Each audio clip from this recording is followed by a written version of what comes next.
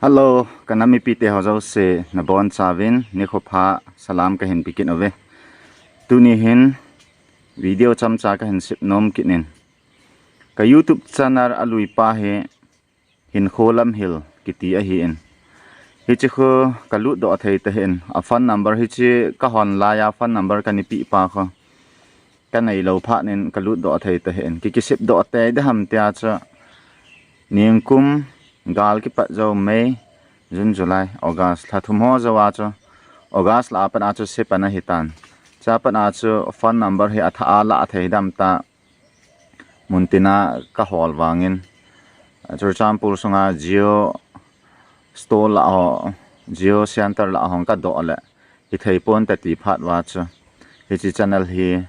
ka hin mo hona hi in hoi te jang current nai pon video jang a hoya pha yong ka hin sim do nai po in ai chu ka YouTube channel khat pa cho a phat kha le chi pa cho continue di ham ta cho chi he ka ha don be se lon hyang la khat pa cho kinap nam be se lo pha na he cha he ta video nyaw nyaw ka hin sip pa na hin share jang ka bol kha be se pon subscribe jang ka hol kha pon hi jang le ni ngai lut naw le ni lung sit na zal wa ko ki cha pa khat hi na na hon jang ko ki cha pa cha nu hi na zala ni hin support over ken subscribe nei bol pi win tin share hi ang la taw le hi ang la na hin bol win nei la 2 hin 5k ang thing gu ta nei le kalungial kha na hong min che hi le subscriber ang 5k lang piom ta le hoi ta jong ga ran ai lo la video hoi hoi jong sem pan the a hi tai ti kha chu kalungial kha na hong min tuna in Seikhom pin hoi hi le volunteer thu hi ga sai tin bang khat ka het kham ken jong ka ha het poin na ho het kal wala ka het jong hi de pon na hon zo na ha het zo mai the ni ham tia ke sa nga he zo na le comment na hin se win lang ke sa nga hello tham khat a je a cho in do a cha ma ho ngai dinga ka hin sei mai di hin ken jong a bon in ka hei ti na a hi de pon hi chi masang chun gal hong ki pa dan hi yaw khat ke sei le mail hei gal hi ahung ipis amail heiten ko ki te gal pan hete ham tile chur cham pul muna gal hong ki pa ji hen ji chur cham pul cha ai ho ko ki zo cha te majority hi na munai ja a cha chur cham pula gal hong ki pat le ko ki ten gal ai bol khum he te a he ama ho pan saw a hin la minority khanin majority khat gal bol khum di ki ti cha a hi thei lo be athila hi in hizong le ama ho pan sa na chu ama ho han ini su naw so na hita in kumza nam khat masanga pana ini su wa hita in ai wanga gal he abol ngam lo apat ngam lo he mai le ten gal I hin bol khum na ha so na ni so nei te ka ni je a zong ani pan tawin ka ni le bol ji bin chu ta le Facebook dunga niaw khat thu ki sei hi le ini mat le ho wang chu ani ki panai tai chi ha chu pin do a so sang sa aga he pat sa din ti o hin an la chi ge chen ai ho ilung khaw khi na lai win chom khat zo in eviction thu a hong hikit tan kholang yang kho khat jang ini su mang pi win phai sunga jang tribal colony ho in the zan ham khat char sound in ani phil hekin ovin so a yang chi ki phina ai lo la gal him pan ta win te ani ti o hin hila chi ho yang chun gali pan di nai po win chi zo win doctor mark ho kim ho a hin man ho jong cha hi ta in cha ta le result forest thu ho jong 18 e khwai jeng bin khwai do te de khwai do te de tio hin ai wa ini khwai do zo po win an la mai de trainee chun chur cham pu la hung khwai kit win hi la cha wang chun I ki khwai do ta win hi chi ama hon ai ho hi gal pat sa te di I ti naw chu in zon jong ka sei ta in ama ho pan sa na the ha dang lo a hi in ai ho majority la amun khat kang pok pi ke hepoi chur cham pul ke hepoi he lam khan a chu gal hong ki patna hil a pan chama ho hyang le pan na thei di pa cha e ko ki ten gala hin pan heti na thei dinga cha e ho area la hong lut ba gala hong bol a hin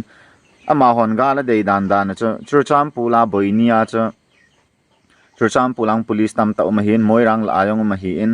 cho kho su thip mong di gal cha su thip mong de tiu la chong khon police ya num kho asu thip the tai to centenary ge na hong halwa cha chi su kit wa tolbunga mi ani vo okit wa tolbung ge ga ki kum la jam su kit wa e khat langa kangwai langa mi rang Kahet ke lo la azeb le ojang o metivin in ho rang an hal pan tawin le chia chu cham pul district a chu gal chu ki cha yeng the hin ho ka kilung no mo mai me hi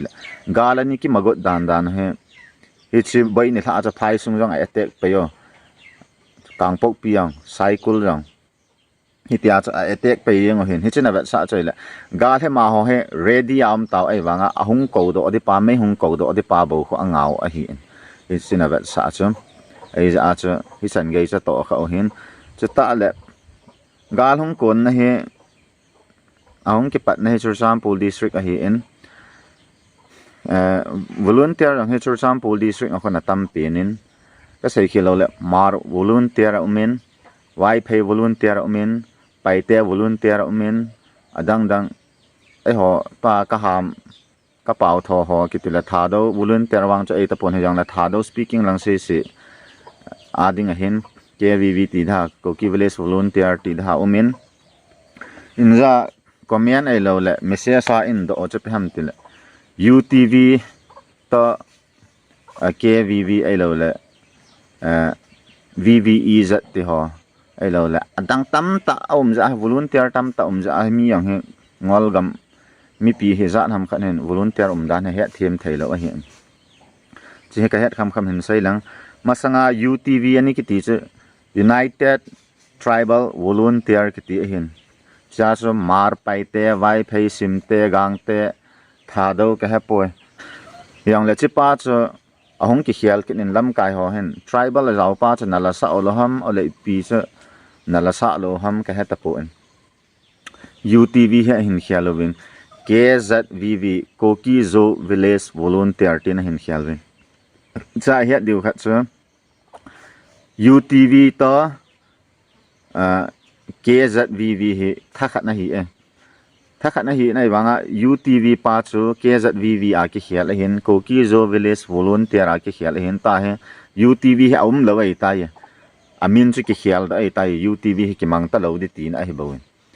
ai a chu masanga aung ki phuti la pa UTV ani ki ti a cha tui bong la lam kalang hoi lai a chiang la bang la dukan bang la UTV ki ti la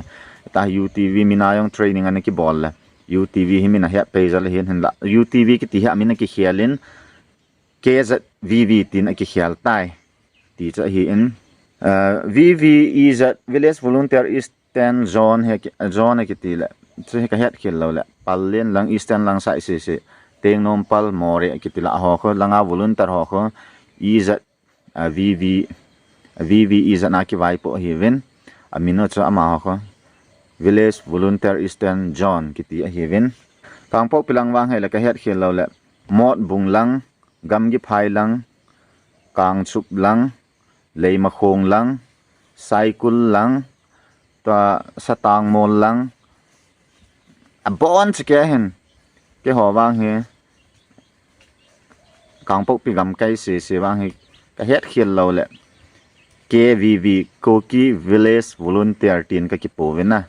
Koki Village Volunteer tin ka ki povin adang min chom ani ke ho ma ka he lom kha la ka he po in la tun sana ke he na he ta ke ho lai thang cycle thang ata ho a hi in wa kan area satang area khulang chingdai lang ta yai ngang pok pilang hi han lang gam gi phai hi han lang lawang sangol lang gam gi phai lang hi han lang lei ma khong kang chup area hyong le a bon che ke he na wang he KVV Koki Village Volunteer ka ki tiule ki cha ye ngai tan adang ima zaw he na hi che he volunteer min chung thua ke sanga he ho chun comment hin sai win lang ta he thiam lo khat lani message dunga in inbox in bol ho lo le comment dunga in se ho he dinga che ke sanga he mo jam ho he dinga che ka hin se hin tin pi hela isai hielo le ki ngai da mo hitin aban video ini sim wa ini ki muto ki taka se evin ibon savin dam sialote mangpha